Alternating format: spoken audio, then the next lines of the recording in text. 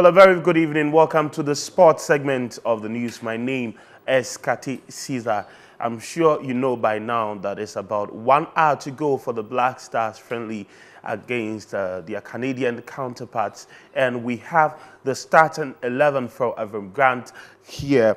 In defense, we have Razak Brima, Harrison Affo, Jeffrey Schlopp, and Phil Ofoswai, who plays in Germany, including John Boy, who also plays in Turkey, making up the defenders. Efriye Akwa Betadoma, Emmanuel Ajiman Bedu, and then Mubarak Wakasu will make up the midfielders with Jordan Ayew and Abdul Majid Waris leading the line for the Black Stars in attack. We are all hoping that they win that game, but be sure that we'll be bringing you the highlights of that game tomorrow in the morning. So you stay tuned to the sports desk.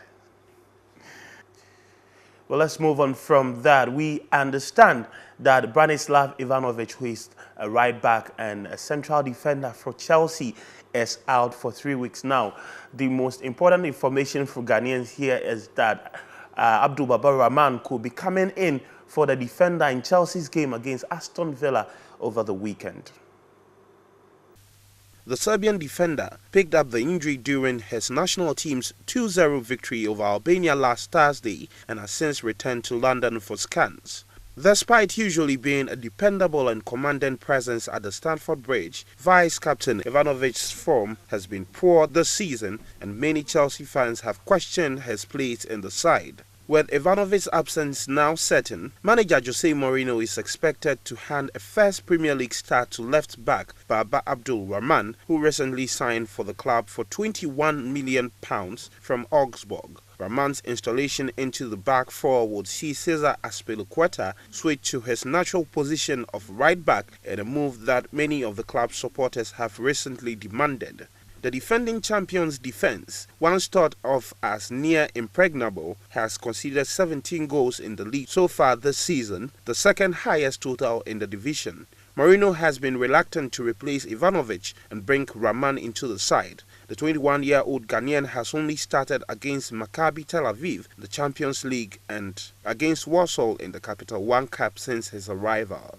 When questioned on his selection policy, the Blues boss cited Rahman's relatively short height and inexperience in the Premier League. It has also been suggested that Mourinho is reluctant to play Azpilicueta on the right-hand side because in his natural role, the Spaniard is prone to advance higher up the pitch and compromise Mourinho's typically solid defensive line. Chelsea returned to the Premier League action on Saturday when they welcomed Tim Sherwood's Aston Villa to the Stamford Bridge.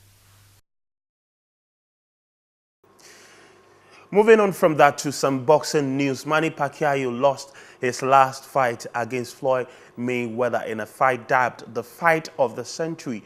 And in one of his first interviews after that fight, he's saying that he's about 80 to 90% fit and could be returning as early as March next year. He is running for the Philippines' 24-seat Senate, a national position that has been used as a springboard for vice president and president. The boxer has said that his surgically repaired shoulder is almost healed, and he expects to resume training soon with a return to the ring in March. My shoulder is 80 to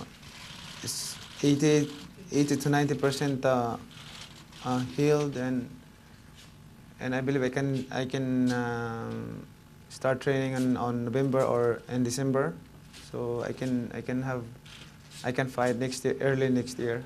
Pacquiao had surgery on his right shoulder 4 days after he lost by unanimous decision to Floyd Mayweather in boxing's richest fight ever in May.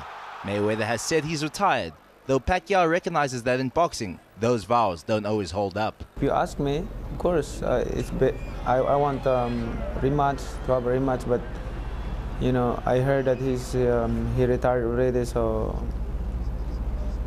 if he really retired, then there's no rematch. But if not. But to tennis now and to the Shanghai Rollers Masters, Roger Federer is a shock of today's action as he was bundled out of the competition, with others like Milos Raonic advancing to the next round, plus some other highlights here for you. Defending Shanghai Rolex Masters champion Roger Federer took on Albert Ramos Vinolas in the second round of the tournament on Tuesday.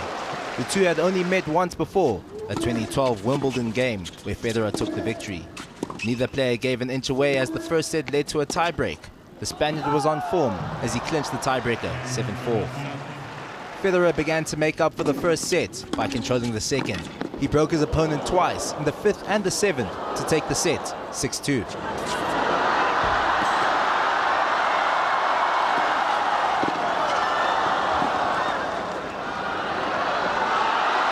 He's missed it! Whoa! That is incredible athleticism! With Ramos Vinolas more competitive in the third set, he was able to break Federer in the eighth game.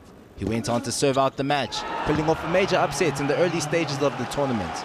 Ramos Vinolas now progresses to the third round following a historic 7-6, 2-6, 6-3 victory over Federer. And that, without a shadow of a doubt, is the biggest win in Albert Ramos Vinolas' career. Having become the first South African in 18 years to break into the top 10 of the world rankings, Kevin Anderson took on Tommy Haas in the first round of the Shanghai Rolex Masters.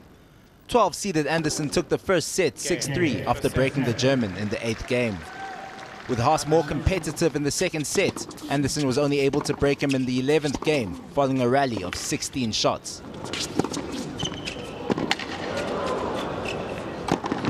What a point that is. Superb. The world number 10 finished with precision, clinching the set 7-5. The big serving South African smashing his way into the second round with an impressive 21 aces. The latest member of the top 10 tennis club finished off his day with a message for the Springboks. Having just seen defending champion Roger Federer dumped out of the Shanghai Rolex Masters, Jo-Wilfried Tsonga took to the court for his second round match against Victor Estrella Burgos, hoping to avoid another upset. Tsonga started well, winning the first game to love and then breaking in the second for a 2-love lead.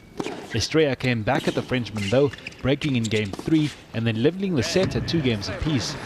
A long afternoon looked in store, but Tsonga had other ideas. A break in game 6 moved the world number 15 4-2 ahead, and he went on to win the set by 6 games to 3. Tsonga was efficiency personified in the second set as he went about his business with minimal fuss. Breaks in the third and fifth games helped him establish a 5-1 lead, and he went on to serve out the match in 57 minutes, 6-3, 6-2. That does it. My name is Katey Sizaba. Please do also subscribe to our YouTube account on youtube.com/TV Africa Sports and our Twitter account on twitter.com/TV Africa Sports. Good night.